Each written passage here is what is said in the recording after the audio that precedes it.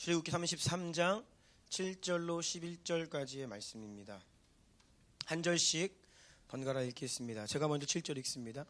모세가 항상 장막을 취하여 진 밖에 쳐서 진과 멀리 떠나게 하고 회막이라 이름하니 여호와를 앙모하는 자는 다 진 바깥 회막으로 나아가며, 모세가 회막으로 나아갈 때는 백성이 다 일어나 자기 장막문에 서서 모세가 회막에 들어가기까지 바라보며, 모세가 회막에 들어갈 때에 구름 기둥이 내려 회막문에 서며 여호와께서 모세와 말씀하시니, 모든 백성이 회막문에 구름 기둥이 서 있는 것을 보고 다 일어나 각기 장막문에 서서 예배하며, 함께 읽습니다.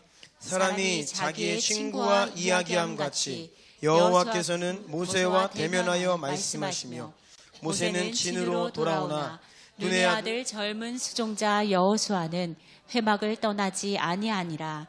아멘. 아멘. 아멘. 조금 갑작스럽게 결정이 되었습니다. 제가 내일 새벽 1시 반 터키로 출국해서 10일간의 일정으로 다녀오게 되었습니다. 뉴웨이 교회 조승현 목사님과 동행하게 되고요. 공유해드리는 그 일정과 기도 제목을 가지고 함께 기도로 함께 해주시면 감사하겠습니다. 제가 자리를 비웠을 때에 좀 숨 좀 쉬자, 잠 좀 자자 그런 마음을 혹시라도 먹고 계신 분이 계실까 하여 말씀드리는데, 항상 이 역사는 자리를 비울 때 일어납니다. 우리의 신앙생활이 예수님께서 잠깐 자리를 비우신 거잖아요. 다시 오시겠다 하시면서. 그러니까 우리는 딴짓을 많이 해요.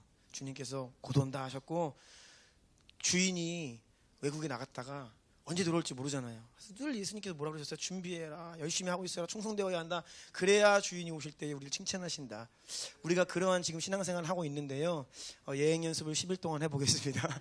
그래서 늘 제가 사역을 나가면 감사한 것은 여러분들이 흔들리지 않고 자리를 지키시고 또 뜨겁게 예배하시고 기도하시면서 함께 해주셔서 늘 감사한데요. 이번에도 그렇게 깨어서 제가 함께 할 때에도 여러분 그렇게 하시지만 제가 없을 때에는 더 열심히 주님 바라보시면서 예배하시고 기도드리시길 축복합니다. 아멘. 지난 시간에는 우리가 거룩과 경외함으로 기름을 준비하지 않으면 결국 불은 꺼집니다. 이러한 제목으로 말씀을 나누었지요. 하나님께서 우리에게 은혜로 허락하신 등불입니다. 하나님께서 우리에게 은혜로 허락하신 성령의 불입니다. 이것을 우리가 귀히 여겨야 합니다. 은혜가 은혜인 줄 알고 그것을 귀히 여기는 것, 이것도 은혜예요. 그러니까 은혜가 은혜인 줄 아는 것도 은혜입니다. 모든 것이 은혜인데요, 은혜가 은혜인 줄 깨닫는 자는요, 늘 감사와 감격으로 은혜에 합당한 삶을 살고 예배를 드리게 됩니다. 바로 이것이 살아있는 신앙생활입니다. 은혜에 합당한 삶, 하나님을 경외함으로 우리 자신을 예수의 보혈로 씻어 거룩하게 함으로 담대하게 하나님 앞에 나아가 예배 드리는 것입니다. 예수 보혈 안에서 말씀과 성령께 순종하고 통치를 받으며 주의 나라와 뜻을 이루어가는 그 인생, 바로 은혜에 합당한 삶을 사는 성도들입니다. 거룩, 우리가 올해 하나님께서 계속 하나님을 경외함과 이 거룩에 대해 흠이 없는 영광스러운 성도와 교회들로 우리를 부르고 계시는데요, 거룩이란 어떤 규칙들을 잘 지켜서 거룩해지는 게 아닙니다. 말씀과 성령을 따르는 삶, 아멘. 연약해도 예수 보혈 의지하며 예수님 따라가는 삶, 아멘. 이것이 바로 그 자체가 거룩이에요. 예. 그렇게 늘 주의 은혜 의지하고 은혜에 감사하고 보혈 선포하고 성령을 따라 하루하루 순종하며 살아가면요, 하나님께서 우리에게 은혜로 허락하신 성령의 불과 등불이 결코 꺼지지 않습니다. 아멘. 우리 안에 역사하시는 성령의 불이 더 크게 타오를 것입니다. 계속해서 여러분 거룩함과 경외함으로 기름을 준비하시기를 축복합니다. 오늘 홀리 앤 블레임리스 11번째 시간인데요, 제목을 다 같이 읽어볼까요? 시작. 하나님의 임재 가운데 준비된 기름이 영적 건의가 되어 살아 역사합니다. 아멘. 아멘. 이런 제목으로 하나님 말씀을 전하겠습니다. 내가 하나님을 믿는데, 내가 성경을 믿는데, 내가 예수 그리스도의 십자가를 믿는데, 나를 대신하여 십자가 위에서 죽으시고 부활하신 것을 믿는데 왜 내 인생이 이러할까? 백전사님께서 코로나 병상 중에 하나님께 이렇게 외치신 고백입니다. 하나님, 제가 하나님 믿는데, 주님의 치유의 능력을 믿는데 하나님 저를 왜 버리셨어요? 하나님 왜 제 기도에 응답하지 않으세요? 하나님 왜 제가 기도할 때 침묵하세요? 저처럼 이렇게 앞에서 말씀을 전하고 또 교회와 성도들을 섬기는 이 사역자의 입장에서 보면요, 저도 말씀 믿거든요. 의심하지 않고 믿거든요. 예수님께서 행하신 그 수많은 표적과 기적들을 믿거든요. 그런데 예수님 분명히 내가 진실로 진실로 너희에게 이르노니 나를 믿는 자는 내가 하는 그 일을 그도 할 것이요 또한 그보다 큰 일도 하리라. 아멘. 하나님, 제가 이 말씀을 믿는데요, 주님이 진실로 진실로 그렇다 하셔서 제가 그 말씀 정말 믿는데요, 왜 저는 안 되죠? 예수님은요, 그냥 한 말씀만 하시면 어떠한 문제든 돌파되었거든요.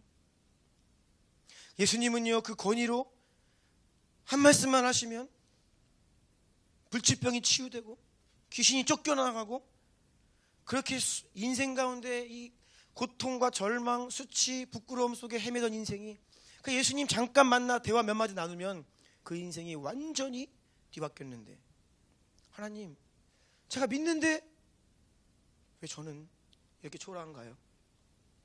베드로는 한 번의 설교로 3,000명, 5,000명이 회심하며 주님께로 돌아와 구원을 받게 되었는데, 사실 제가 말씀을 전하고 제자를 삼고 교회를 세워나가는 이 사역 현장을 보면 하나님의 은혜인 것을 고백하지만 사도들에 비하면, 예수님의 삶에 비하면 너무나 초라한 것이죠. 우리는 육신의 연약함과 싸우며 얼마나 오랜 시간 고통하고 신음하며 살고 있습니까? 정말로 지긋지긋할 만큼 원수에게 속잖아요. 또 속고, 이거 죄인 줄 알면서도 또 분노하고 혈기 부리고 넘어지고 육신으로 행하고, 사람을 살리라고 말씀하시는데 나 때문에 사람이 살리기는 죽고, 사람을 세우라 하셨는데 나 때문에 다른 영혼이 실족하고, 그럴 때가 참 많습니다. 왜일까요? 우리가 믿는데, 우리가 하나님 말씀 믿는데, 우리가 여전히 세상을 너무 사랑하고 있기 때문입니다. 우리가 전적으로 주님을 믿는다고 하지만 주님 말고 주님 이외에 다른 믿고 의지하는 구석이 너무 많아요. 우리가 너무나 세상을 사랑하게 되었습니다. 물론 주님, 저는 세상보다 주님을 사랑합니다 라고 고백 다 하시는 줄로 압니다.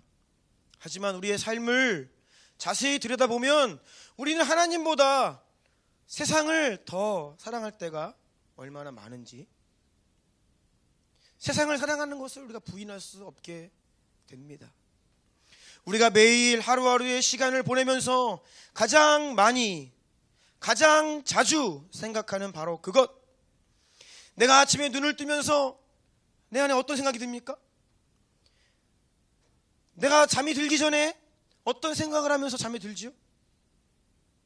거기에 우리의 마음이 있는 거예요. 요즘 여러분, 나의 주된 관심사 무엇입니까? 바로 그것이 여러분이 사랑하고 있는 대상입니다. 내가 더 머물고 싶은 장소, 내가 더 만나고 싶은 사람, 계속해서 무언가를 더 하고 싶다라고 하는 나의 갈망, 그 대상이 바로 내가 사랑하는 대상이라는 것이에요. 그것이 무엇입니까? 그것이 누구입니까?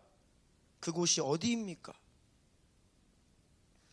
요즘 잘 영화관에 안 가죠. 그렇죠? 집에 있어도 뭐 영상들 보느라 바빠서 굳이 영화관까지 가서 영화를 보지는 않는 것 같아요. 제가 2달 전이었나요? 우리 애들 데리고 정말로 모처럼 몇 년 만에 갔던 것 같아요. 한번 애들 영화 보여주려고 갔습니다. 아유, 제가 이 대기업 CGV가 저희 걱정이 되더라고요. 그 큰 영화관에 저희 가족이 전세를 내서 아무도 없어요. 그 큰 영화관에. 제가 영화를 보기 전날 이거 예약해야 되나? 자리 없는 거 아니야? 여러분 걱정하지 마세요. 정말로 그 수많은 좌석에 사람이 한 명도 없어요. 그런데 영화값이, 티켓값이 비싼 거예요. 주중에는 13,000원이더라고요. 주말에는 14,000원입니다. 14,000원씩이나 주고 들어가서 영화를 보는데, 영화가 그냥 일찍 끝나버리면 굉장히 아쉽습니다. 그렇죠? 모처럼 시간 내서 와서 돈 들여, 거금 들여 보는데, 영화 그냥 뭐 1시간 반 뭐 이렇게 끝나버리면 굉장히 아쉽죠. 요즘에는 1시간 반짜리 영화가 없습니다. 그래도 한 2시간은 넘어가고 그래야 조금 볼만하죠. 우리가 이렇게 영화를 볼 때에 무언가 기대와 기준이 우리 안에 있어요. 물론 영화는 상업성이 가미되어 있기 때문에 우리의 감각을 자극하는 아주 그냥 요소들로 가득합니다. 그래서 뭐 보면 계속 보고 싶고 더 보고 싶고 그런 게 뭐 본능적으로 자극이 되게 돼 있습니다. 그런데 우리가 세상에서 무언가를 할 때에 내가 좋아하는 거 너무 일찍 끝나면 아쉬워요. 그런데 이상하게도 주의 성도들이 이러한 기대와 기준이 예배를 드리러 오면 바뀌어버려요. 그 기준이 어디 갔는지, 말로는 주님 사랑한다고 하는데 내가 세상보다 예수님 더 사랑한다고 이야기하는데 주님께 드린 예배 자리에 와서는 이게 기준이 바뀐다는 것입니다. 주일 예배 때 가장 적당한 설교 시간에 대한 설문조사 결과가 바로 어제 나왔습니다. 제가 업데이트된 최신 소식입니다. 제가 왜 이 결과를 찾아보았냐면 제가 그 설문에 답을 했거든요. 그래서 궁금해가지고 몇 달 전에 응답을 했는데 들어가서 봤어요 어제. 그랬더니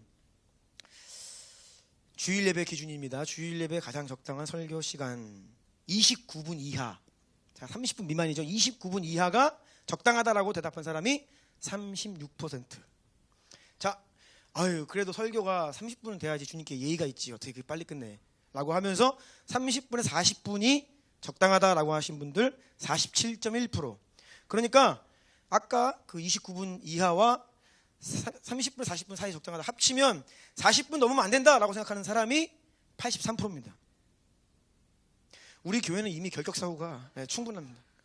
10명 중에 9명은 우리 교회에 올 수 없어요. 1시간 설교한 사람 성도들이 오늘 짧은 것 같아서 목사님 오늘 기 짧았습니다.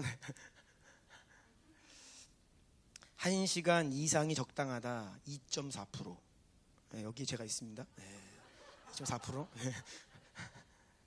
저는 개인적으로 뭐 사실은 기냐 짧으냐 이거는 본질적이지 않아요. 짧을 수 있고 길 수 있죠. 저는 가능하다면 길게 하고 싶다. 왜요? 이 시간이 무슨 시간이에요? 하나님의 말씀을 듣고 영의 양식을 먹는 시간이잖아요. 그러면 가능하다면 충분히 먹어야죠.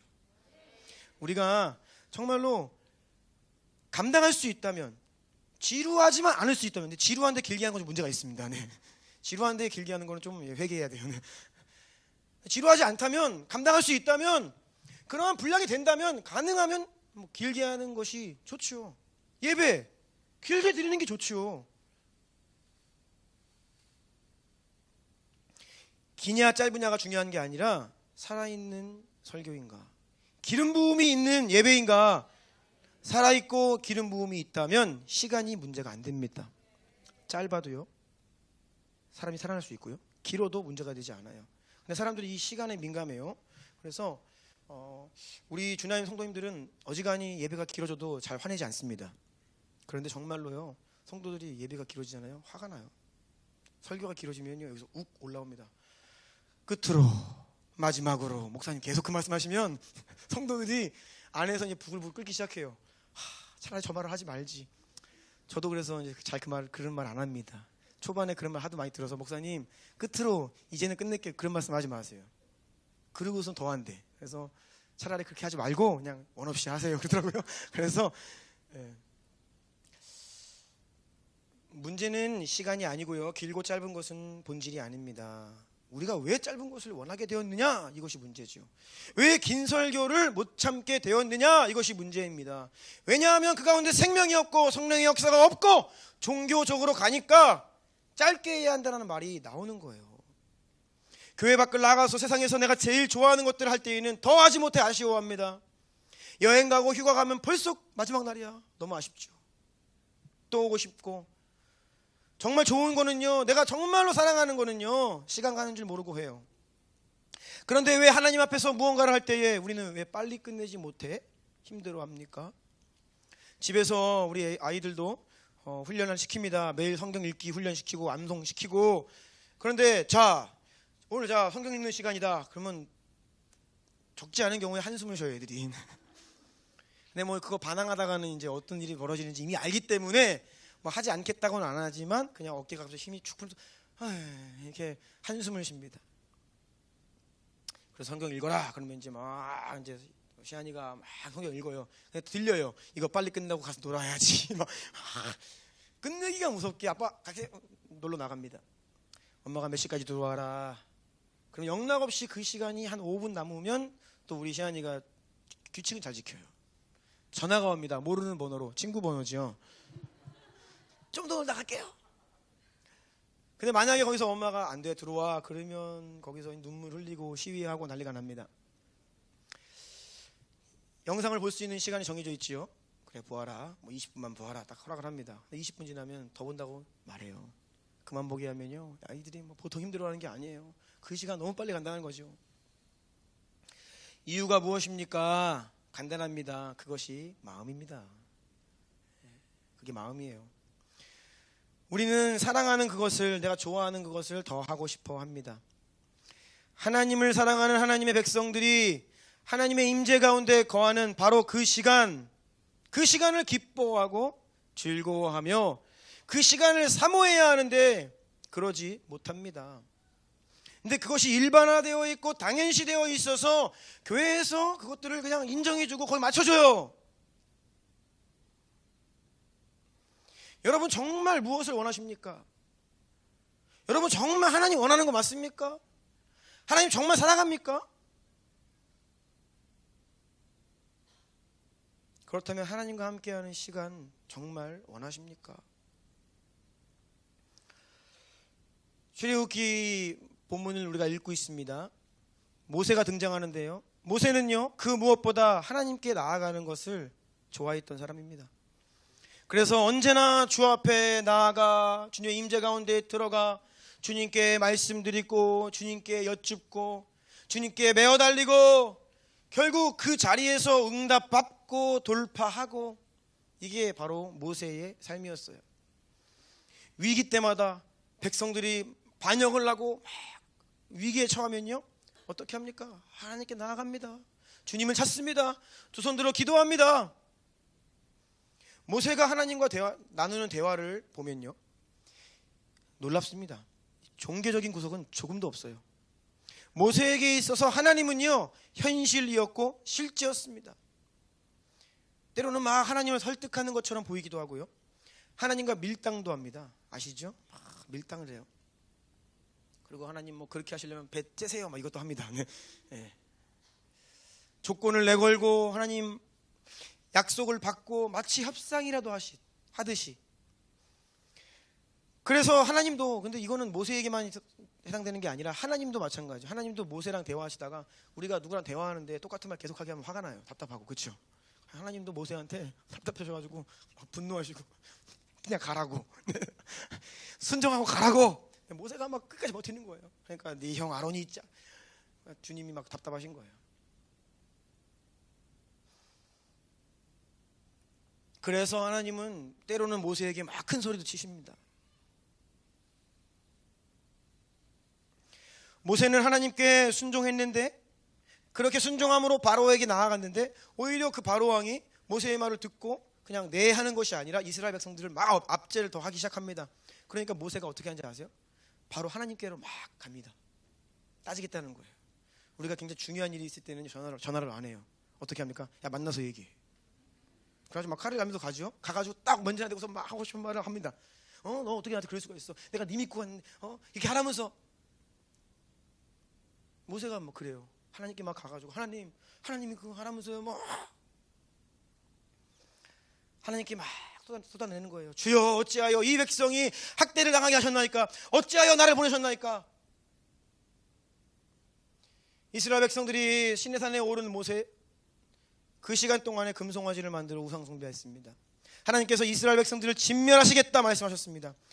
그때 모세는 마치 하나님을 설득하는 것처럼 보이지요. 주의 맹렬한 노를 그치시고 뜻을 돌이키사 주의 백성에게 진노를 내리지 마옵소서. 주의 종 아브라함과 이삭과 이스라엘에게 하신 하나님 약속을 기억하여 주시옵소서. 주님이 당신의 이름으로 우리에게 맹세하지 않으셨습니까?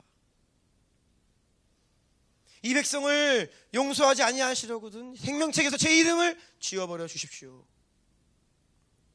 그러자 여호와께서 뜻을 돌이키십니다. 하나님께서 마치 모세에게 설득을 당하신 것처럼 보여요. 설득당하신 게 아니라 하나님이 그 상황을 통해 모세를 더 하나님 곁으로 이끌고 계시는 거예요. 그래, 모세야, 더 나와야 된다. 네가 이 민족의 허물을 가지고 나에게 나와야 된다. 그렇게 하나님은요, 모세를 친밀한 자리로 이끌고 계세요.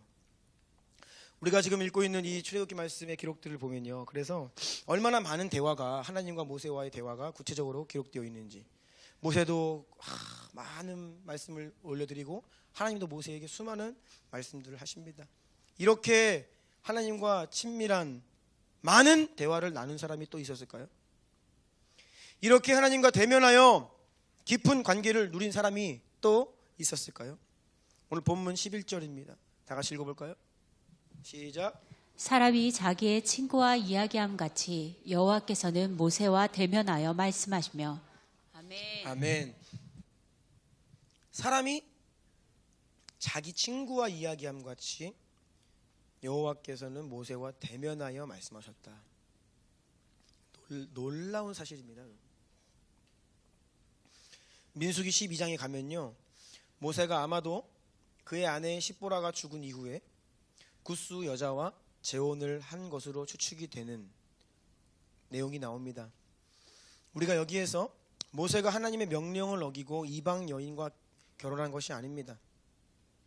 아마도 그 여인의 아버지는 할례를 받고 이스라엘 백성으로 들어온 사람이거나, 또는 이 여인은 라합이나 룻과 같이 믿음을 갖고 이스라엘 백성으로 편입된 여인이었을 것입니다. 하지만 이 일을 두고 누가요? 모세의 형 누이였던 아론과 미리암이 공개적으로 모세를 비방하기 시작합니다. 아마도 그 비방의 동기는 모세의 리더십과 권위에 대한 시기와 질투였던 것으로 보이는데요, 이렇게 이야기하거든요. 모세에게 여호와께서 모세랑만 말씀하셨느냐? 우리와도 말씀하지 않으셨느냐? 자기들도 듣는다는 거예요. 본인들도 하나님과의 교제한다는 겁니다. 라며 이 모세의 권위를 흔들었어요. 그리고 우리는 이스라엘 백성들의 습성을 잘 압니다. 그때까지 끊임없이 건수만 생기면 모세에게 반역하고 반항하고 비방하고 비판하고 흔들고, 이게 바로 이스라엘 백성들의 특징이었죠. 그러니 이 미리암과 아론이 이런 말들을 할 때에 수많은 백성들이 거기 동조하여서 한마음 똘똘 뭉쳐가지고 모세에게 대항하고 그의 권위를 흔들려고 막 그랬을 겁니다. 그러자 하나님께서 이 사건에 직접 개입을 하시는데요, 민수기 12장 4절부터 8절까지 읽어주세요. 여호와께서 갑자기 모세와 아론과 미리암에게 이르시되 너희 세 사람은 회막으로 나아오라 하시니 그 세 사람이 나아가매 여호와께서 구름 기둥 가운데로부터 강림하사 장막문에 서시고 아론과 미리암을 부르시는지라. 그 두 사람이 나아가매 이르시되 내 말을 들으라. 너희 중에 선지자가 있으면 나 여호와가 환상으로 나를 그에게 알리기도 하고 꿈으로 그와 말하기도 하거니와 내 종 모세와는 그렇지 아니하니 그는 내 온 집에 충성함이라.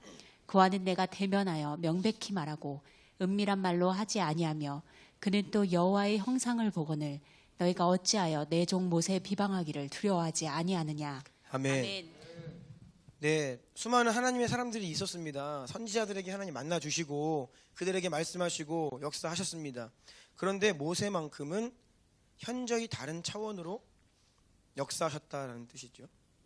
모세가 하나님과 누렸던 그 친밀함, 모세가 경험했던 하나님의 임재의 수준은요, 다른 선지자들, 다른 하나님의 사람들과는 비교할 수 없을 만큼 그와는 내가 대면하여 명백히 말하고 그는 여호와의 형상을 본다라고 하나님 말씀하셨습니다. 어떻게 이것이 가능했을까요? 다시 말씀드리지만 모세는 무엇보다 하나님의 임재를 사모하는 자였습니다. 그는 하나님의 거하시는 그 회막으로 수시로 드나드는 사람이었습니다. 33장 7절입니다. 모세가 항상 장막을 취하여 진 밖에 쳐서 진과 멀리 떠나게 하고 회막이라 이름하니 여호와를 앙모하는 자는 다 진 바깥 회막으로 나아가며. 모세가 항상 광야에서 이스라엘 백성들이 하나님의 인도하심을 받아서 장소를 계속 옮기고 이동하는데 어디를 가든지 장소를 이동할 때면 언제나 모세는 가장 먼저 무엇을 하느냐? 그의 관심사, 어떻게 하면 이 죄가 많은 이스라엘 백성으로부터 거룩한 장소를 구별하여서 하나님이 기꺼이 거하실 만한 곳을 구별함으로 그곳에 회막을 짓고 하나님이 임재하시도록, 이게 모세의 첫 번째 관심이었고요. 늘 모세는 이걸 했어요. 이 작업을 했습니다. 그냥 세우나요? 율법의 명령에 철저히 말씀에 순종함으로, 심지어는 이 회막을 가지고 이동할 때는요, 그 이동하는 포장 방법, 어깨에 어떻게 매는지, 누가 이동시켜야 되는지, 그거 하나하나 세세하게 하나님 말씀에 순종해야 되는 아주 번거로운 일이고 굉장히 고된 노동과 같은 일이었습니다. 그런데 모세는요, 하나님의 임재하실 만한 처소를 마련하는 것이 그의 가장 큰 관심사였어요. 그리고 백성들 가운데 하나님을 만나기 원하는 자들, 여호와를 앙모하는 자들은 그 회막으로 나아갔다 기록되어 있죠. 또 백성들은 언제나 그 회막을 드나드는 모세를 보았습니다. 모세가요, 아까 나왔는데 또 들어가. 네. 수시로 드나들고 들어갈 때마다 여호와의 구름의 임재가 임하고 하나님 그에게 말씀하시고, 들어갔다 나오면 하나님의 마음 가지고 나와서 하나님 말씀 대언하고.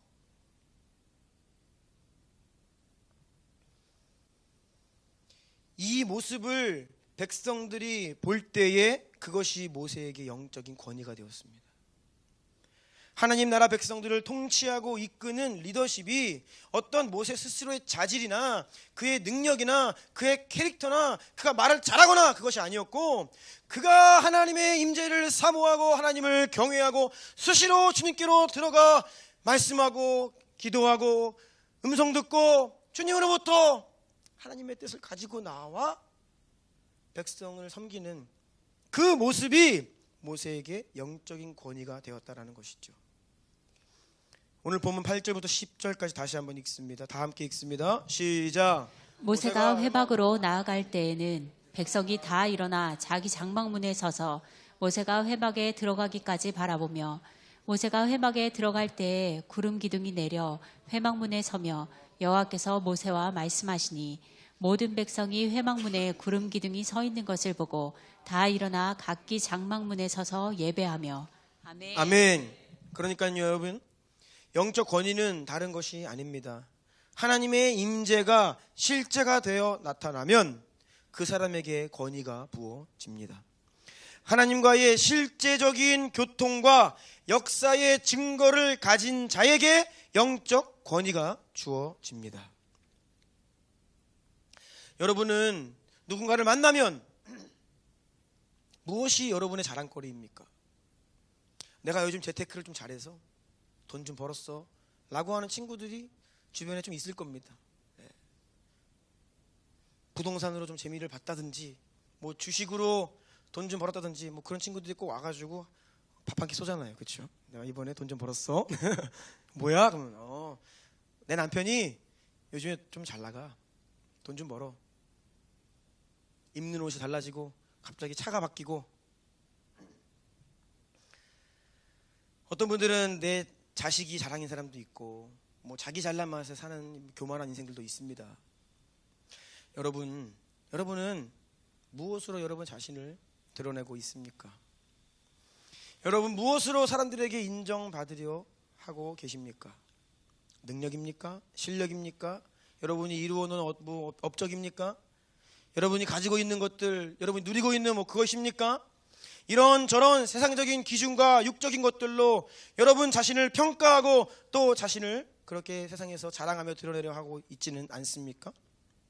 또는 그러한 동일한 기준으로 내가 좀 기대에 못 미치니까 주눅 들어서 막 세상에서 잘 나가는 친구들 앞에 가면 막 눌리고 갑자기 막 부러운 마음이 일어나고 나는 지금 주나님교회에서 뭐 하고 있나 이게 뭔가 싶고, 그렇죠?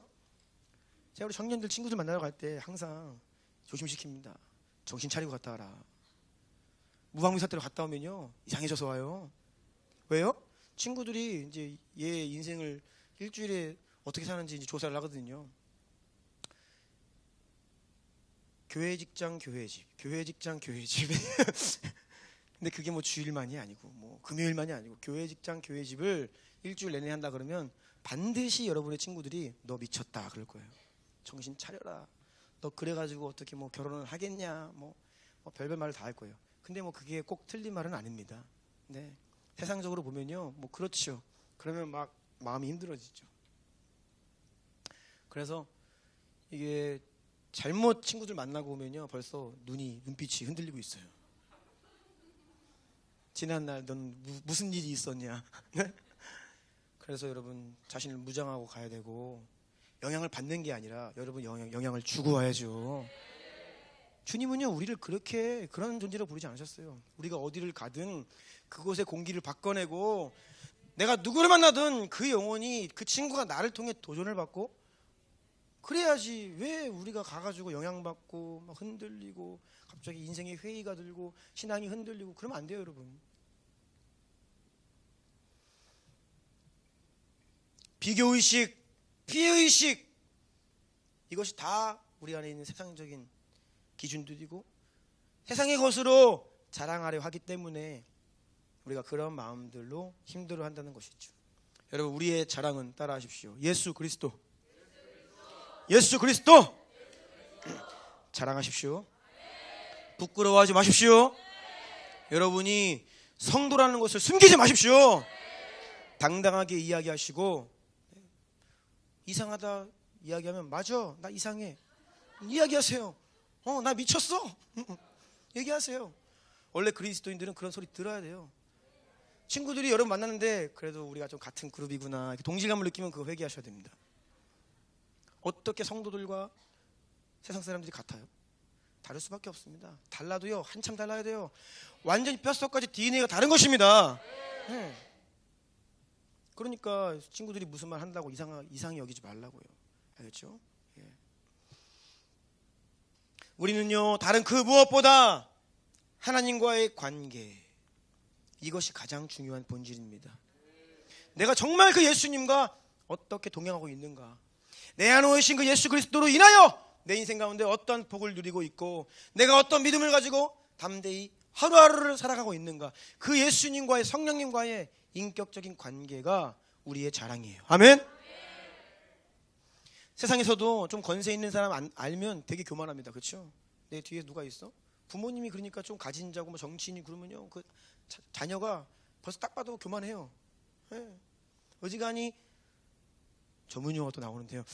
네. 사고를 쳐도 우리 아버지가 카바랭을 해주신다. 그런 사람도 있죠. 그리고 또 누구랑 얘기하다가 내가 아는 사람이야. 그럼 막 아는 척하잖아요. 내가 걔 알아. 내 친구야. 세상에서도 돈 좀 가지고 권세 좀 있는 사람 알면 자랑하고 어깨 힘들어가고 그런데, 여러분 우리가 누구를 압니까? 예수 그리스도를 압니다. 네. 성령의 임재 안에 거하면 거할수록 우리 가운데 믿음이 일어나고요. 그러면 담대함이 생기고요. 그것이 세상을 이기는 힘과 능력과 지혜가 되는 것입니다. 진짜 능력은 하나님과의 관계로부터 옵니다. 아멘. 진짜 실력은 하나님과의 연결에서 오는 것입니다. 진정한 권위는 성령의 임재로부터 오는 것입니다. 여러분, 우리는요, 우리 경험과 스킬, 내 능력 가지고 사는 사람들이 아니에요. 물론 중요합니다. 하지만 더 중요한 것이 있습니다. 따라해 보세요. 영적 권위. 영적 권위. 우리는 영적 권위로 사는 자들입니다. 하늘과 땅의 모든 권세를 내게 주셨으니. 잘난 내 능력, 내 생각을 따라 사는 자들이 아니라, 이성과 상식과 논리로만 사는 존재가 아니라 성령의 이끄심에 순복하며 따르는 성도들. 아멘. 네. 출애굽기 19장 9절입니다. 다 함께 읽어볼까요? 시작. 여호와께서 모세에게 이르시되 내가 빽빽한 구름 가운데서 내게 임함은 내가 너와 말하는 것을 백성들이 듣게 하며 또한 너를 영영히 믿게 하려 함이니라. 아멘. 하나님께서 모세에게 임하시고 모세에게 말씀하시는 것이 곧 그의 권위였고 기름 부음이 되었습니다. 우리가 주님의 일을 하고 교회를 섬기고 또 가정에서 세상에서 살아갈 때예요. 여러분에게 성령께서 임재하시고 여러분과 함께 하시잖아요. 그러면 함께 하시는 만큼, 여러분 가운데 임재하시는 만큼 그것이 여러분에게 기름 부음이 됩니다. 그리고 그 기름 부음이 곧 영적 권위가 되는 것입니다. 요셉이 비록 형들에 의해 노예로 팔려갔습니다. 인생 가장 밑바닥으로 전락했습니다. 소망이 없는 인생이 되었습니다. 하지만 하나님께서 요셉과 함께 하시는 그 한 가지 사실로 인하여 가는 곳마다, 손이 닿는 곳마다, 맡겨지는 일마다 잘되고 형통한 자가 되었습니다. 요셉이 형통한 이유는 다른 것이 아니었습니다. 여호와께서 요셉과 함께 하셨기 때문입니다. 그래서 이것은 하나님 함께 하시는 인생은요, 자기만 아는 게 아니에요. 주변 사람들이 그것을 알게 됩니다. 뭐야?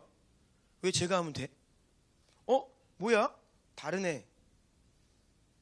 사람들이 하나님이 그와 함께 하심을 본 것이에요. 이것이 요셉에게 권위가 되었습니다. 창세기 39장 2절 6절까지 읽어주세요. 여호와께서 요셉과 함께 하심으로 그가 형통한 자가 되어 그의 주인 애굽 사람의 집에 있으니 그의 주인이 여호와께서 그와 함께 하심을 보며 또 여호와께서 그의 범사에 형통하게 하심을 보았더라. 요셉이 그의 주인에게 은혜를 입어 섬김에 그가 요셉을 가정 총무로 삼고 자기의 소유를 다 그의 손에 위탁하니 그가 요셉에게 자기의 집과 그의 모든 소유물을 주관하게 한 때부터 여호와께서 요셉을 위하여 그 애굽 사람의 집에 복을 내리심으로 여호와의 복이 그의 집과 밭에 있는 모든 소유에 미친지라. 주인이 그의 소유를 다 요셉의 손에 위탁하고 자기가 먹는 음식 외에는 간섭하지 아니하였더라. 요셉은 용모가 빼어나고 아름다웠더라. 아멘. 아멘. 여호와께서 함께 하심으로 인하여 잘되고 형통하는 증거가 보였고, 그 증거를 보자 요셉에게 권위가 주어집니다. 권위는요, 할 일이 있다는 겁니다. 권위는 하나님이 일하시는 통로예요. 권위를 줄 때는요, 쓰고자 하시는 거예요. 우리가 무언가를 일을 하려면 권위가 있어야 되죠. 그래서 많은 일들을 맡겨지고, 여호와께서 요셉과 함께 하시는 것 자체가 권위가 되어가는 것을 보게 됩니다. 여러분, 기름 부음은요, 성령의 역사입니다. 성령이 함께 하신다는 증거가 바로 기름 부으심이에요. 하나님께서 통로로, 도구로 기꺼이 사용하고 계시다라고 하는 증거입니다. 여러분, 예배 가운데 기름 부음 있는 예배가 무엇인지를 아셔야 됩니다. 내가 기름 부음 있는 예배가 무엇인지를 내가 모른다? 그 하나님의 임재를 더 갈망하셔야 돼요. 기름 부음 있는 예배가 있고요, 기름 부음이 없는 예배가 있습니다. 다릅니다. 같은 예배처럼 보일 수는 있어도 달라요. 예배에 기름 부음이 없으면 지루해집니다. 졸립습니다. 형식적이 됩니다. 종교적으로 변질됩니다. 마치 기계가 돌아가는데 이 기름칠을 하지 않으면 빡빡하잖아요. 오래 못 돌립니다. 그래서 자동차도요, 엔진 오일 중요하죠. 네. 오일이 불순물이 많이 섞이고 문제가 생기면요, 과열되고 오래 못 가는 거예요. 성령께서 역사하시지 않는 곳에 결국 사람이 자기 힘으로, 인간의 동력으로 그것을 돌리기 시작하는데, 그러면 힘들어요. 버거워집니다. 지치고 탈진하고 번아웃되고 분열하고 싸우고 시기하고 질투하고 다투고, 이게 다 성령께서 하셔야 되는데 그것을 인간의 힘으로 돌릴 때 나타나는 부작용들이에요. 교회를 섬기다가 힘들다, 버겁다, 번아웃 되면요, 당장 그거 그만두셔야 됩니다. 섬김. 성령의 힘으로 하지 않고 있는 거예요. 네. 기쁘지 않으면 내려놔야 되는데 다 기쁘게 하고 있죠? 네. 네. 네. 요즘에 좀 안 물어봤네, 맞죠? 항상 체크를 항상 수시로 했었는데 최근에 안 물어봤네. 기쁘지 않게 하면 다 내려놔야 돼요. 네. 강제로 시키는 거 없습니다. 본인이 자원함으로, 감사함으로, 감격으로 하는 것이지, 뭐 시켜서 하고 하기 싫은데 하고. 그런데 저처럼 모태출석들은요, 교회에서 뭐 맞는 거 하기 싫어가지고, 그쵸? 뭐 연말만 되면 대부분이 안 하겠다는 거예요. 다 힘들다는 거예요. 내려놓겠다는 거예요. 근데 또 그걸 잡아야 돼. 왜요? 안 잡으면 돌아가지가 않아, 부서가요. 이게 정말 가슴 아픈 일이에요. 그러니까 성도도 번아웃, 목회자도 번아웃. 뭡니까? 뭐가 문제입니까? 기름 부음을 잃어버린 거예요. 성령의 역사가 미미해진 겁니다. 뭐 없다고는 말 못하겠습니다. 너무나 미약해진 거예요. 그러니까 그 나머지 부분을 누가? 사람이 막 사람의 힘으로, 동력으로, 인력으로, 열심으로 그걸 돌리려고 하니까 번아웃되고 힘들고 지치고 상처받고, 얼마나 교회 안에 아픔이 많아요. 교회 좀 섬겨봤다는 분들, 상처 없는 분들 없어요. 우리가 왜 주의 몸된 교회를 섬기고 하나님의 영광을 위해 나아가는데 그 아픔들이 있죠. 사람의 일로 했기 때문입니다. 여러분, 왜 마음에 질병이 생기는지 아십니까? 과도한 스트레스, 우울증, 강박증, 공황장애, 오늘날 참 이런 마음에 아픈 분들이 많습니다. 이 모든 것들이 성령을 따라 살아야 할 하나님의 형상들이 성령을 힘입지 않고 육신적으로 살기 때문이에요. 내 힘으로, 세상 논리로 이 치열한 경쟁 가운데 타락한 세상에서 살아보겠다고 발버둥 치다가 결국은 과부하가 되어서 빵 터져버리면 이런 현상들이 나타나요. 마음이 너무 아프죠. 고통합니다. 내 힘으로, 내 능력으로, 내 방식으로 하다가 버티다가 이제는 과부하가 걸린 거예요. 영으로 감당해야 할 일들을 육으로 감당하고 내 지혜로 하려다 보니까 이런 결과를 맞이하게 됩니다. 육으로 살기 때문입니다. 출애굽기 33장 16절입니다. 읽어주세요. 나와 주의 백성이 주의 목전에 은총 입은 줄을 무엇으로 알리이까? 주께서 우리와 함께 행하심으로 나와 주의 백성을 천하 만민 중에 구별하심이 아니니이까. 아멘. 아멘. 하나님이 우리와 함께 행하시는 것. 아멘. 이것이 세상과 구별된 성도들 특징이에요. 이것이 바로 세상과 구별된 교회입니다. 하나님이 함께 행하시는 사람. 아멘. 하나님이 함께 하시고 임재하시는 교회. 아멘. 우리는 무엇보다 하나님이 나와 함께 하십니다, 무엇보다 우리와 함께 하십니다 라고 하는 증거를 가진 자들이 되어야 합니다. 자, 그런데 그 증거를 누가 갖게 되느냐? 모세와 같이 하나님의 임재를 사모하는 자, 누구보다 하나님의 임재 가운데로 회막으로 나아가는 것을 즐거워하는 자, 바로 그 가운데 하나님이 함께 하시는 증거가 나타나는 거예요. 하나님의 임재가 모세에게 있어서는 가장 큰 갈망이었고 그의 가장 큰 관심사였다라고 하였습니다. 자, 심지어는요, 모세에게는요, 이거 잘 들으셔야 됩니다. 모세는요, 하나님의 약속이 성취되는 것보다 하나님의 임재가 더 중요했어요. 이거 이상하죠? 하나님의 약속이 성취되는 것, 약속하신 가나안 땅에 들어가서 이제는 400년이 넘는 노예, 지긋지긋한 노예 끝장내고 하나님이 주신 약속의 땅을 유업으로 얻고 우리의 나라를 이루고 복지국가를 세우고 잘 먹고 잘 살게 되는 거. 근데 이게 나쁜 게 아니라 하나님의 축복으로 그 약속의 성취보다 모세는요, 하나님의 임재를 더 사모했어요.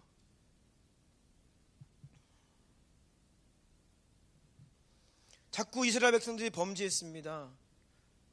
그 하나님께서 거룩하신 분이기 때문에 자꾸 주의 백성들이 범죄하고 거룩을 상실하면요, 둘 중에 하나라고 했죠. 하나님이 임재를 거두십니다. 떠나세요. 아니면 함께하고자 하시면 그 죄를 처리하셔야 돼요. 그러니까 회개시키거나 회개하지 않으면 심판받아요. 이게 죄가 있는 곳에 하나님께서 하시는 일이에요. 떠나시거나 정결케 하신다는 거예요. 그런데 내가 너희 백성을 보니 내가 너희랑 끝까지 가나안 땅까지 갔다가는 너네 다 진멸되겠다. 자꾸 죄짓고 범죄하고 원망하고 내가 너희와 함께 이렇게 가까이 있으면 너네 다 죽고 못 산다. 그래서 하나님께서 거리두기 하겠다 선포하셨어요. 내가 천군 천사들을 앞서 보내서 가나안 땅을 정복하게 할 것이다. 그런데 나만큼은 너희와 좀 거리를 두겠다. 안 되겠다. 그러니까 모세가 무슨 말을 합니까? 주님, 함께하지 않으시면 올라가지 않겠습니다. 함께하지 않으시면 이 땅에서 부귀영화 누리는 게 무슨 소용입니까? 가나안 땅 저는 안 들어가도 괜찮습니다. 하나님 우리와 함께하여 주시옵소서. 하나님의 임재가 모세에게는요 가장 중요한 거였어요.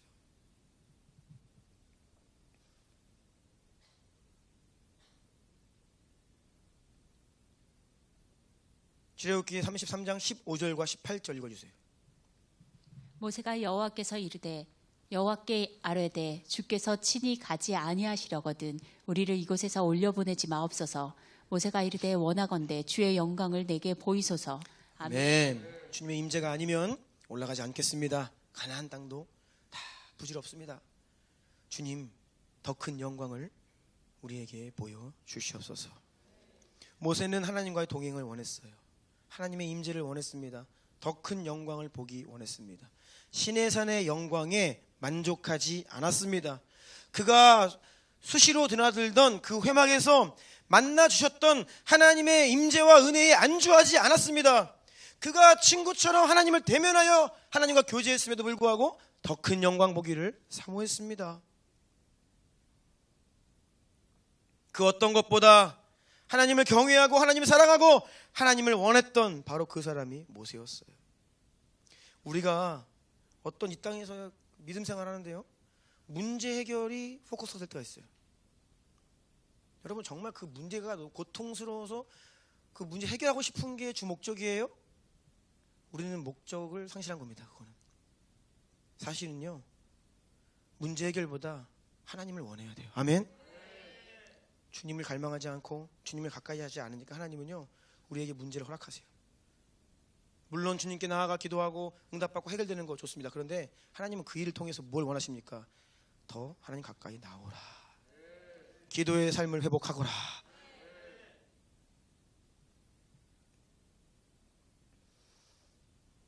이 땅에서 축복받는 거, 잘 되는 거, 그것보다 하나님의 임재가 더 중요합니다, 여러분. 예. 먼저 하나님의 임재를 구하십시오. 먼저 하나님의 영광 보기를 구하십시오. 아멘. 33장 13절입니다. 제가 읽어드릴게요. 내가 참으로 주의 목전에 은총을 입었사오면 원하건대 주의 길을 내게 보이사 내게 주를 알리시고 나로 주의 목전에 은총을 입게 하시며 이 족속을 주의 백성으로 여기소서. 아멘. 모세는 계속해서 또한 자신에게 주어진 사명도 하나님의 이것을 감당하기 위해 하나님의 영광과 임재가 필요하다고 기도했어요. 주님, 제게 부르신 이 목적을, 이 사명도 하나님 없으면 제가 감당할 수가 없습니다. 여러분, 우리가 인생을 살다 보면요 크고 작은 어려움들을 만납니다. 많은 문제들이 있습니다. 그런데 그 여러분이 만나는 문제의 그 위기와 어려움들을 어디에서 돌파하기를 원하십니까? 무엇으로 그 문제를 해결하려고 발버둥을 치고 계십니까? 무엇이 문제예요? 어떻게 하면 되겠습니까?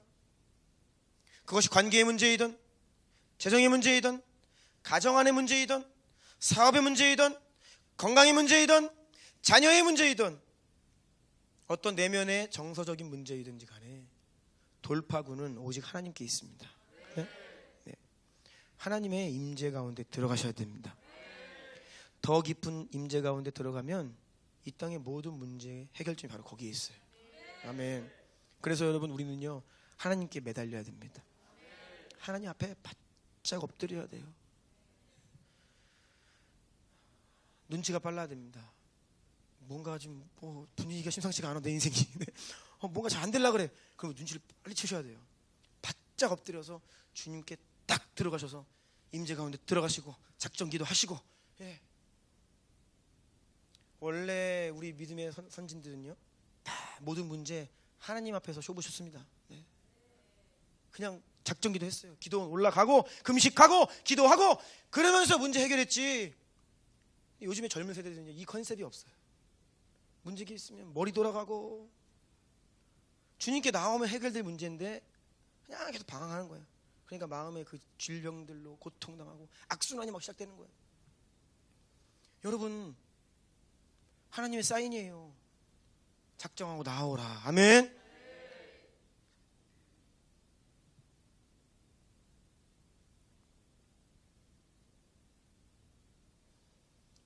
사명을 가진 자는 모세처럼 하나님의 영광을 구합니다. 그런데 문제는 성도들이 다 목적과 부르심과 사명이 있는데 그걸 몰라요. 내 뜻을 따라 살아요. 내 비전을 따라 내 인생의 목표를 설정하고 내 목적 추구하며 사는 거예요. 그러니까 하나님 영광 구하지 않는 것입니다. 왜 하나님을 멀리합니까? 바쁘다는 거예요. 내 뜻 이루려고 하니까 나 이거 할 일이 너무 많은 거예요. 하나님을 멀리해요. 그 일이 누구 일이에요? 자기 일이 되는 거예요.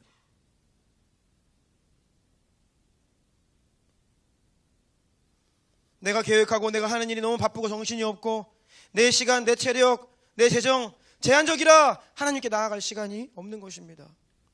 그렇게 해서 사람의 일로 시작해서 내 능력으로 감당하려 하다가 사람의 일로 마치는 거예요.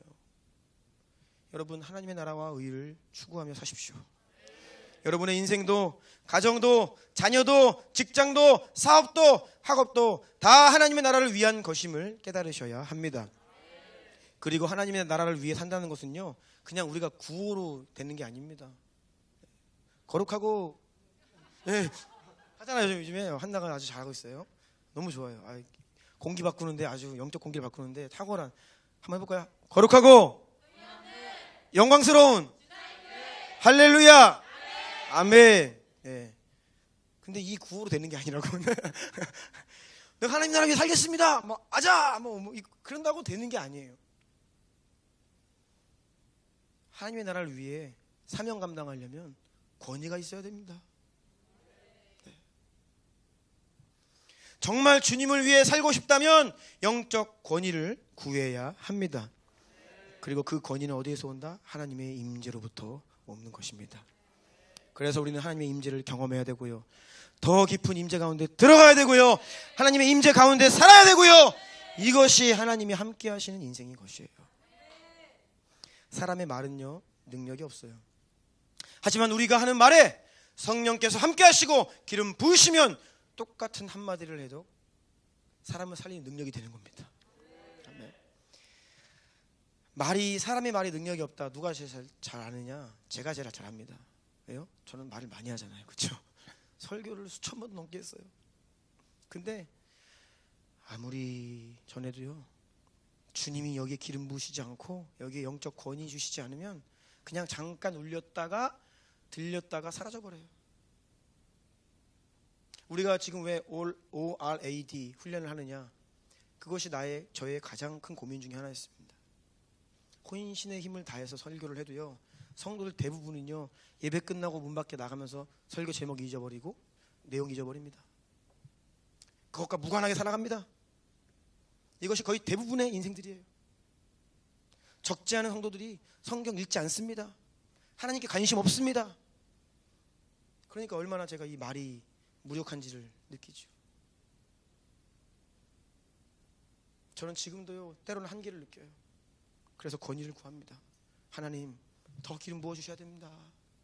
시대가 얼마나 악하고요, 하나님 우리에게 주신 사명이 얼마나 위대한데요, 우리 주나의 성도들이 이거를 감당하려면 주의 음성이 들려져야 되고 이 말씀이 하나님의 음성으로 들려지고 아멘하고 순복하며 따라야 되는데, 하나님, 제가 권위가 없습니다. 기름 부어주십시오.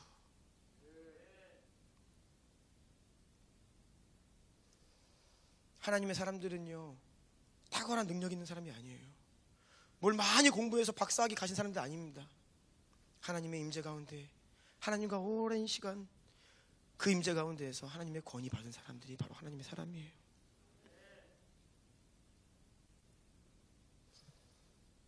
기름은요 하나님의 임재 가운데 부어지고요, 성령의 기름 부으심은요 하나님의 임재 가운데 채워집니다.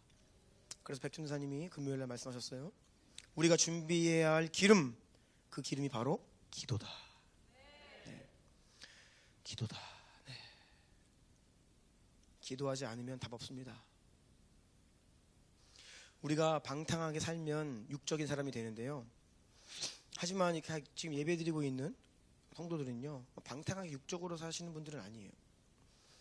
하지만 우리가 방탕하지 않는다라고 해도, 나름 신앙생활을 한다라고 해도, 내가 나름 교회를 다닌다라고 하여도 여러분 기도하지 않고 살면요 여러분의 혼이 굉장히 강해집니다. 이성이 발달하게 돼 있어요. 이성, 머리가 돌아간다는 겁니다. 그러면요 혼적인 사람이 돼요. 같은 신앙생활을 하지만 이 혼적인 사람은요 똑똑해가지고 하나님 말 듣지 않습니다. 내가 결정하고, 내가 생각하고, 내가 계산기 두들기고, 내가 판단하고 살지요. 그러면요 이성과 논리 안에 갇혀 사는 거예요. 거기에는 기적 없습니다. 그냥 자연의 법칙대로 사는 겁니다. 내가 노력한 만큼 열매를 거두는 거예요. 성경을 보십시오.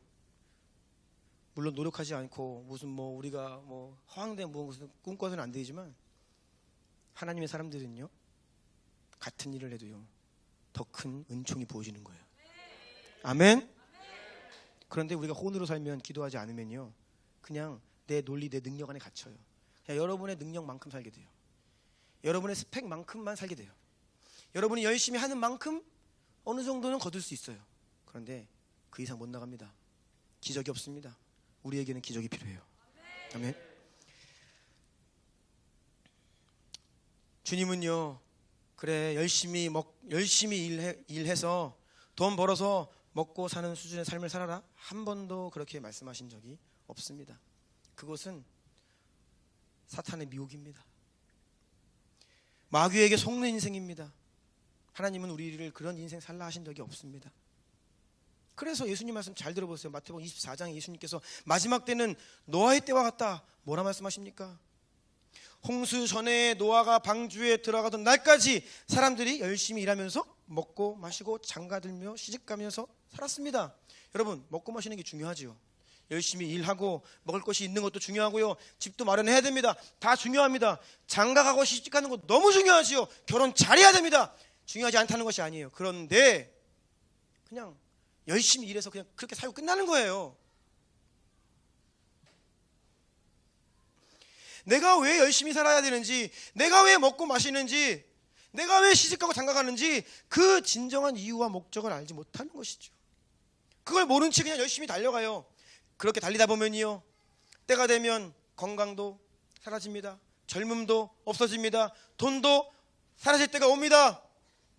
그러면요 조금 잘 먹고 잘 살다가도 그냥 안개처럼 때가 되면 또 그냥 사라져버리는 그런 인생 살고 마는 거예요.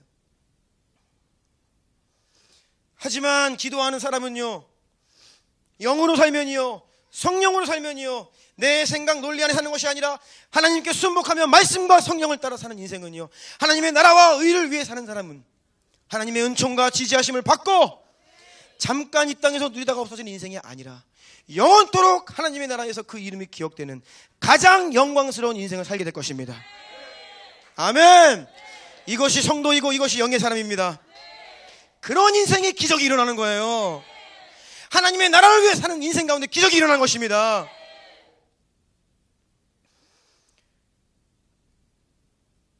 은혜의 삶을 살기를 원합니다. 내 수준만큼이 아니라, 내 노력만큼이 아니라 그 이상의 은총이 부어지는 그런 은혜의 삶을 사시기를 예수 이름으로 축복합니다. 아멘. 여러분, 기도하는 만큼 살 수 있어요. 네. 이런 말씀 들으시면 좀 힘드시죠? 죄송하지만 팩트입니다. 기도하는 만큼 삽니다. 여러분, 신앙생활 얼마나 오래 했냐? 아니요. 평생을 신앙생활해도 죽음의 문턱 앞에서 믿음이 흔들려요. 평생을 새벽기도 했는데도 그 가운데 성령 역사가 없는 사람이 있어요. 종교 생활하면 그렇습니다. 형식적으로 살면 그래요. 얼마나 오래 했느냐, 얼마나 뭘 열심히 하느냐, 그것보다 하나님의 임재를 경험하고 있느냐, 그 임재를 얼마나 깊이 경험하고 있느냐, 그 임재 가운데 거하는 것을 얼마나 즐거워하느냐. 여러분, 그래서 무엇보다 기도하는 사람 되시길 축복합니다. 주님 성도들 특징은 기도하는 사람이 되어야 돼요. 우리 교회는 그 무엇보다 기도하는 교회가 되어야 합니다.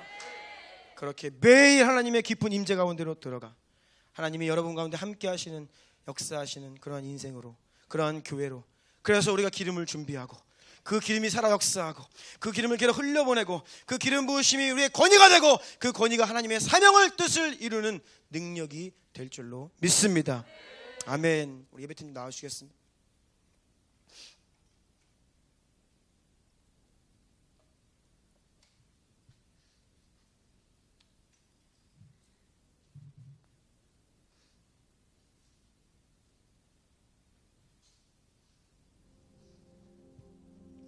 오늘날 인생들 가운데 가장 필요한 것이 무엇이냐?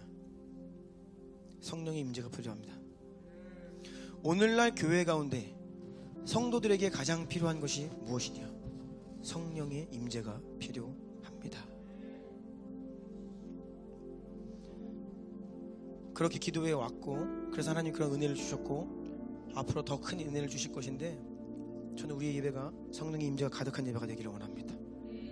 살아있는 예배가 되기를 원합니다. 성도들이 하나님을 예배하는 것을 지루해하지 않고 기뻐하고 즐거워하고. 그래서 저는 어렸을 때부터 교회에서 자란 저의 경험, 제 기억으로 참 예배는 지루했어요. 제가 하나님 20대에 와서 인격적 경험했고, 목사의 아들로 나름대로 신실하게 종교생활 했습니다. 그런데 하나님의 인지를 경험 못했고, 그래서 저에게는 참 이 예배가 지루했어요. 길어지면 힘들었고. 그래도 의무적으로 나왔죠. 지난 우리 교회 역사 가운데 그래서 우리 아이들에게 예배가 지루하게 해서는 안 된다, 그런 마음을 가지고 그 나름대로 인도해 왔습니다. 감사한 것은요, 아이들이 교회에 오는 것을 너무나 좋아해요. 아이들이 예배 드린 걸 너무 즐거워해요. 네. 감사하죠. 아이들에게 예배가 지겨운 시간, 예배당이 맨날 막 떠들면 혼나고 그런 공간이 되면 안 되는 거예요. 이 가운데서 저 아이들이 사무엘처럼 하나님의 음성을 들어야 되고요, 이 가운데서 하나님 불같이 예배하는 예배자들로 서야 됩니다.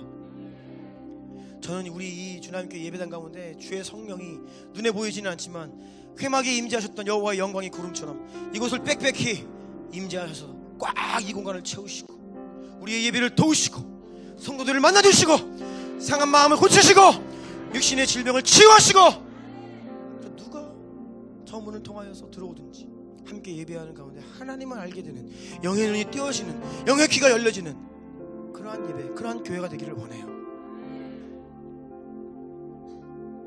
우리의 열심으로 사람 변화시키는 거 아닙니다. 우리가 뭐 열심히 논리적으로 설명한다고 인생 변화되는 거 아니에요. 성령님이 역사하시면 됩니다. 성령님이 이 교회 가운데 더 역사하시면 되는 것입니다. 그래서 여러분, 더 깊은 임재를 갈망하십시오. 더 큰 영광 보기를 갈망하십시오. 무엇보다 부흥을 구하세요. 주님은 다시 한번 한국 땅 가운데 부흥을 주실 것입니다. 우리 주님 가운데 다시 한번 부흥의 역사를 허락하실 것입니다.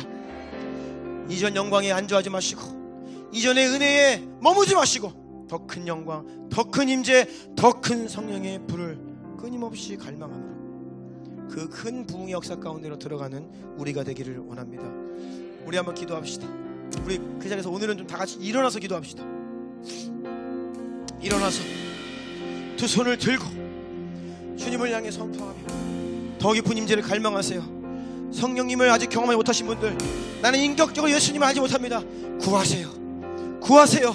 성령을 구하세요. 주님 만나기를 원한다고 말씀드리세요. 성령을 부어달라고 구하세요. 더 큰 영광 보기를 원한다고 기도하세요. 성령이여 내 가운데 더 임재하여 주십시오라고 기도하십시오. 부흥을 원합니다. 이 교회 가운데, 이 민족 가운데, 열방 가운데 부흥을 보기를 원합니다라고 주님께 간절히 부르시기를 바랍니다. 주의 이름 세 번 부르고 기도합시다. 주여!